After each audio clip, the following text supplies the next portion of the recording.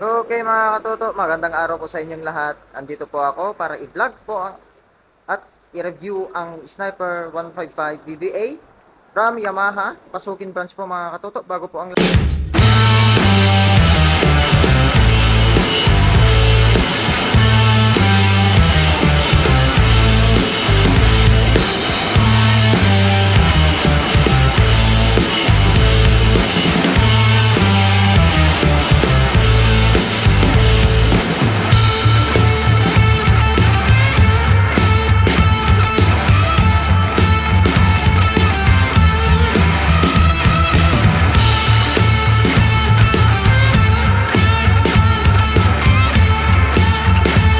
Yan po yung nakita ninyo pong ang kanyang montage. Ipapakita ko po ang kanyang mga specs tsaka i-review po natin kung ano yung mga nilagay ni Yamaha dito sa Sniper 155 BBA. Itong 155 BBA po natin mga katoto is special edition po mga katoto.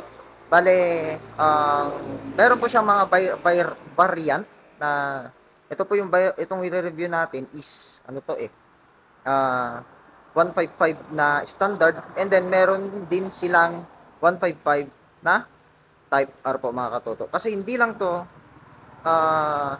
lang to yung stock nila. Meron pa dito mga katoto. Yan po.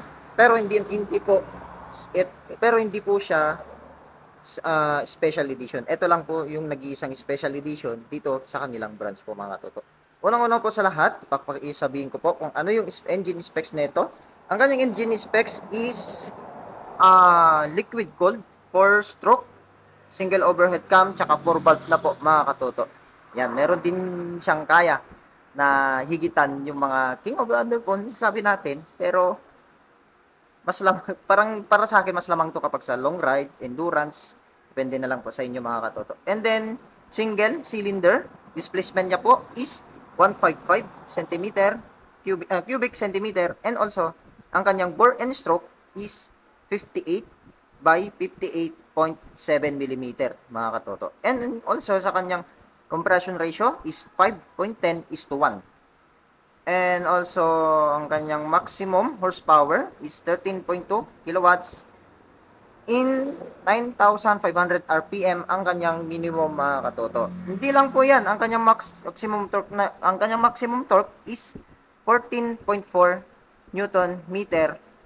Sa kanyang RPM is 8,000 RPM ang kanyang minimum mga katoto. And then bale itong engine na po mga katoto, wala siyang kickstart assist. Bale full electric start po siya mga katoto. And then kanyang lubrication system sa kanyang engine is wet type. Bale oil. Kumbaga. And then ang kanyang engine oil capacity 1.10 liters or else sabihin na lang natin 1.100 liters po ang kanyang oil capacity. Kung para sa akin, pwede kong gawing 1.2 para mas sigurado mga katoto. Ang clutch type niya is wet type. Bale, itong clutch type niya po mga katoto, meron siyang clutch assist and slipper clutch assist para kumbaga kapag magbabawas po kayo ng kanyang or else kung magbabawas kayo ng from 5th gear, 4th gear to 3rd gear po mga katoto, hindi kawawa yung kanyang engine. Yun po ang tulong sa kanyang clutch assist mga katoto. And transmission type niya po is constant mesh na 6 speed. Yan po mga katoto. And also, ito ang kanyang framework. Ang kanyang framework is sa kanyang frame type is backbone. Pero yung iba nagsasabi, itong unit na to is underbone. Consider as underbone yata yung sinasabi ng iba. And then, front suspension niya, naka-telescopic fork po, mga katoto. And then, rear suspension, punta tayo sa likod. Pakita natin sa kanyang rear suspension is swing arm na naka-monoshock. Bali, hindi po siya adjustable. Yan po mga katoto. Hindi siya adjustable. And size po sa kanyang gulong sa harap is 90-80. 17. Bali, tubeless na po yan mga katoto. Hindi na kayo mababala kasi kahit mamaplatan kayo, pwede nyo pong lagyan ng interior sa daan if in case na maplatan kayo. And also, kapag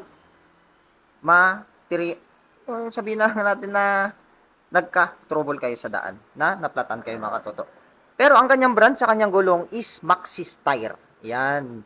Siyempre, hindi, kung maganda yung motor mo, siyempre maganda rin yung gulong. And kanyang size sa kanyang gulong sa likod is 120, 70, 17. Tubeless din mga katoto. Ayan. Brand niya is Extra Max. Brand niya kanyang gulong.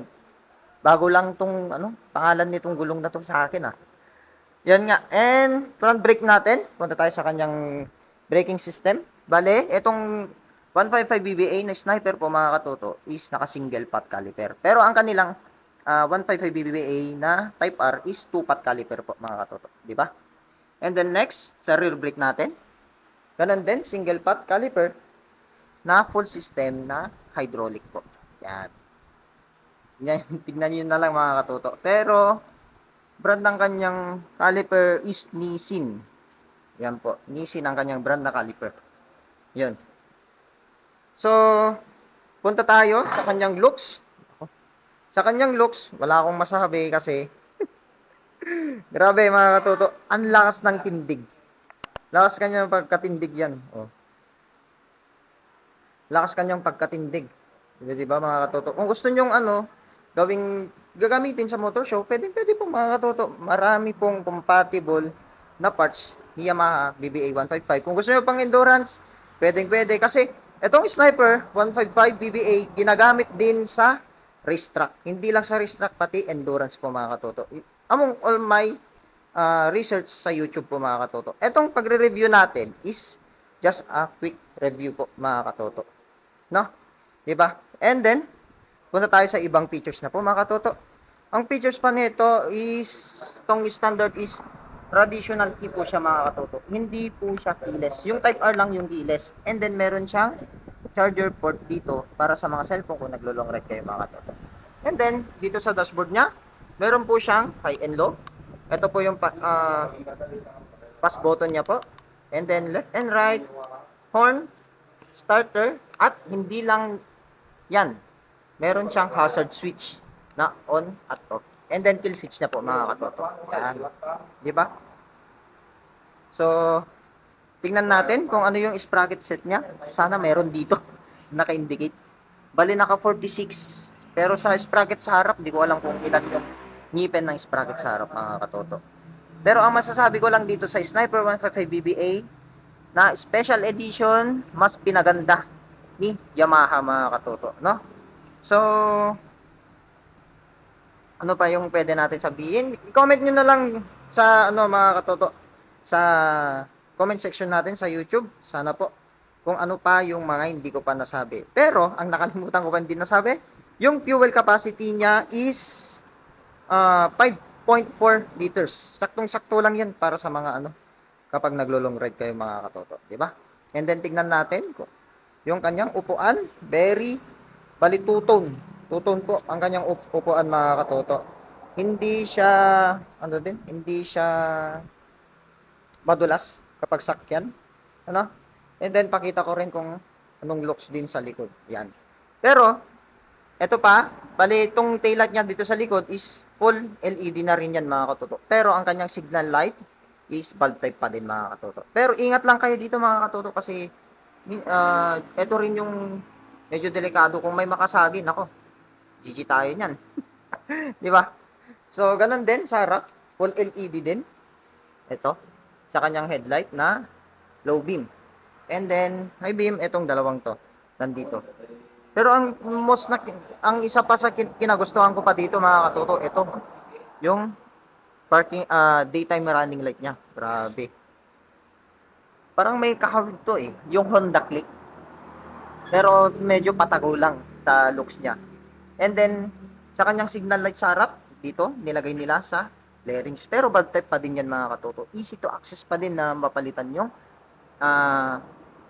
kanyang ilaw or basta kayo hindi ko masabi kung anong pangalan nun. So, kung titignan nyo sa baba, sa harap, yun yung kanyang radiator. Hindi po siya naka-big rad. Still stock po yan mga katoto. Kung gusto nyo pa mag-big rad para much better sa kanyang cooling system, Pwedeng-pwede po mga katoto. And also, paalala lang mga katoto, kailangan ninyo lagyan dito ng radiator cover para hindi masira yung kanyang mga lining sa radiator. Ano? 'Di ba?